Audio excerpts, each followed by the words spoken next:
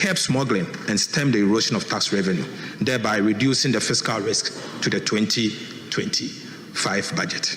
Mr. Speaker, I now take you to wages and salary, which happens to be the third risk to the budget. Right Honourable Speaker, we have seen some significant pressures on the compensation budget for the first half of 2025, mainly emanating from wages and salaries. Wages and salaries exceeded the target by 1.3 billion Ghana cedis for the first 6 months of the year. Mr. Speaker, the wage pressures were largely driven by last-minute recruitment undertaken by the previous MPP administration in the last quarter of 2024, especially in the areas of education, health, and security sector. Mr. Speaker, let me repeat. The wage pressures we are largely seeing are driven by the last-minute recruitment undertaken by the previous government in the last quarter of 2024, especially in areas of education, health, and the security sector.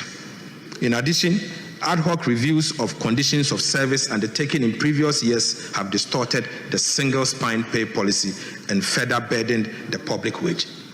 Mr. Speaker, the government is implementing the following measures to address this challenge. Number one, we'll conduct regular nationwide staff payroll audit to sanitize the payroll. Mr. Speaker, we'll be realigning all staff from overstaffed areas and defunct MDAs to areas with critical staffing needs. Right Honourable Speaker, we'll finalize the process for the establishment of the Independent Emolument Committee as part of the broader effort to reform and reset public sector pay. And finally, we will issue an executive directive mandating all MDAs to seek approval from the Minister of Finance or the Ministry of Finance before making any commitment with financial implications on the payroll. Mr. Speaker, pricing and award of contract in foreign currency. Pricing and award of contract in foreign currency. Mr. Speaker, pricing of goods and services and award of contract in foreign currency pose significant risk to fiscal management, with severe implications for the stability of our Ghana cedi. Unfortunately, foreign currencies are becoming the means of transacting business in Ghana. This trend, if not checked, will erode the confidence in our currency, drive inflation, and result in the loss of value in the symbol of our sovereignty. Mr. Speaker, to curb this unfortunate development, His Excellency President John Dramani Mahama has directed that beginning today, 24th of July 2025, no contract awarded by government, irrespective of source of fund, should be denominated in foreign currency. Right Honourable Speaker. Right Honourable Speaker. To curb this unfortunate development, President John Dramani Mahama has directed that beginning today, 24th of July 2025, no contract awarded by government, irrespective of source of funding, should be denominated in foreign currency.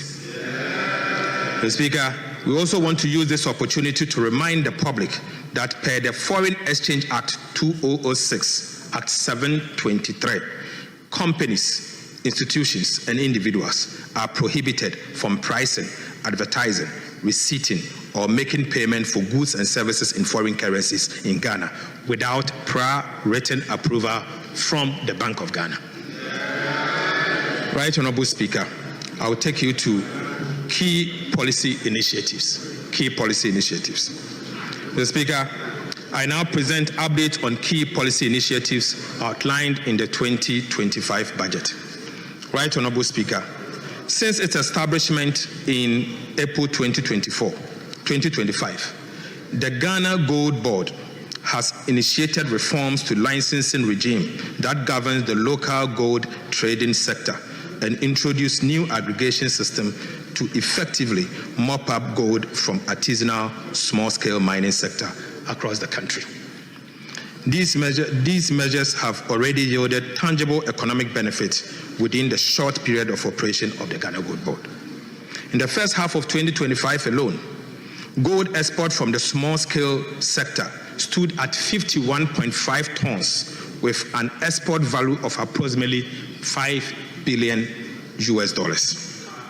This figure far exceeds the 26.4 tons which are with an export value of $1.8 billion from the small-scale mining sector over the same period in 2024. Mr. Speaker, simple put, gold export in tons from the small-scale mining sector for the first half of 2025 recorded about 100% increase over what was recorded in the year 2024. Similarly, the value of gold export from small-scale mining increased by about 180% for the first half of 2025 over that of the same period in 2024. Mr. Speaker, for the first time in Ghana's history, gold export from small-scale mining sector have exceeded gold export from large-scale sector. Mr. Speaker, the substantial foreign exchange inflows from the gold board operations in the artisanal small-scale mining sector have significantly strengthened our reserves, improved our balance of payment, and provided critical support for the Ghana city. Mr. Speaker, this tells a story of a country which has been denied the full benefit of its gold resources, a story of a country where illegal gold trade and smuggling have been allowed to fester to the detriment of the well-being of the people. Right Honorable Speaker, on the 8th of July 2025, His Excellency President John Mahama inaugurated a task force to tackle illegal gold trade and smuggling. I also want to use this opportunity as the Sector Minister to reiterate that the government of President Mahama would deal ruthlessly with anyone found engaging in illegal trade and smuggling, as these nation-wrecking activities sabotage the progress of our country. Mr. Speaker, I also want to reiterate the point that no one should come to us and beg, because we will not spare you. Mr. Speaker, the 24-hour economy and accelerated export development program deserves some update. Mr. Speaker, earlier this month, President Mahama officially launched the 24-hour economy and accelerated export development program, Ghana's ambitious and integrated strategy to boost production, create sustainable jobs, and modernize our economy. The 24-hour economy and accelerated export development program represents a national reset aimed at reducing import dependence, expanding domestic production, improving market access, and building a competitive, skilled workforce for a dynamic economy. Right Honorable Speaker, the anchor of the 24-hour economy and accelerated export development program is the Volta Economic Corridor, a transformational project to unlock the vast economic and environmental potential of the Volta Lake and its surrounding lands. Mr. Speaker, the Volta Economic Corridor revives and expands on Dr. Kwame Nkrumah's original vision of the Volta project as a hub for agro-industry, trade and transport, now reimagined to fit today's economic reality and regional opportunities. Mr. Speaker, the Volta Economic Corridor will be executed through the following pillars of the 24-hour economy and accelerated export development program. Right Honorable Speaker, Grow 24 will irrigate 2 million hectares of farmlands for year-round farming instead of the traditional seasonal farming. Right Honorable Speaker, Make 24 will establish agro-industrial parks for textiles, pharmaceuticals, and food processing. The Speaker, Show 24 will develop tourism clusters and hospitality hubs along the Volta Lake. And Connect 24 will turn the lake into a major inland transport route, cutting haulage costs and linking northern, southern, eastern, and western Ghana. Mr. Speaker, to support this transformative program, the Ministry of Finance will, in the 2026 budget, outline targeted incentives for the Volta Economic Corridor. These measures will be carefully designed to attract private capital, drive enterprise growth, and create decent, well-paying jobs. The Speaker, for emphasis, the Ministry of Finance will, as part of the 2026 budget, outline a targeted incentive for the Volta Economic Corridor. Right Honorable Speaker, the government will only facilitate and not dominate this ambitious growth goal. The Speaker, I now take you to the big push. Right Honorable Speaker, as part of the 2025 budget, we announced the commencement of the Big Push program, a flagship initiative of President John Dramani Mahama, for massive infrastructure development. Since then, the President has dedicated all Big Push budgetary allocation for the next 2 years, Mr. Speaker, and I mean all Big Push allocation for the next 2 years to improve road infrastructure. Mr.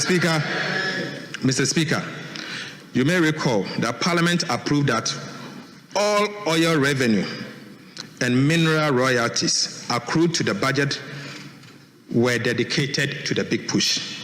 As a result, an amount of 13.8 billion Ghana cedis was allocated in the 2025 budget for the Big Push program to be used for road infrastructure.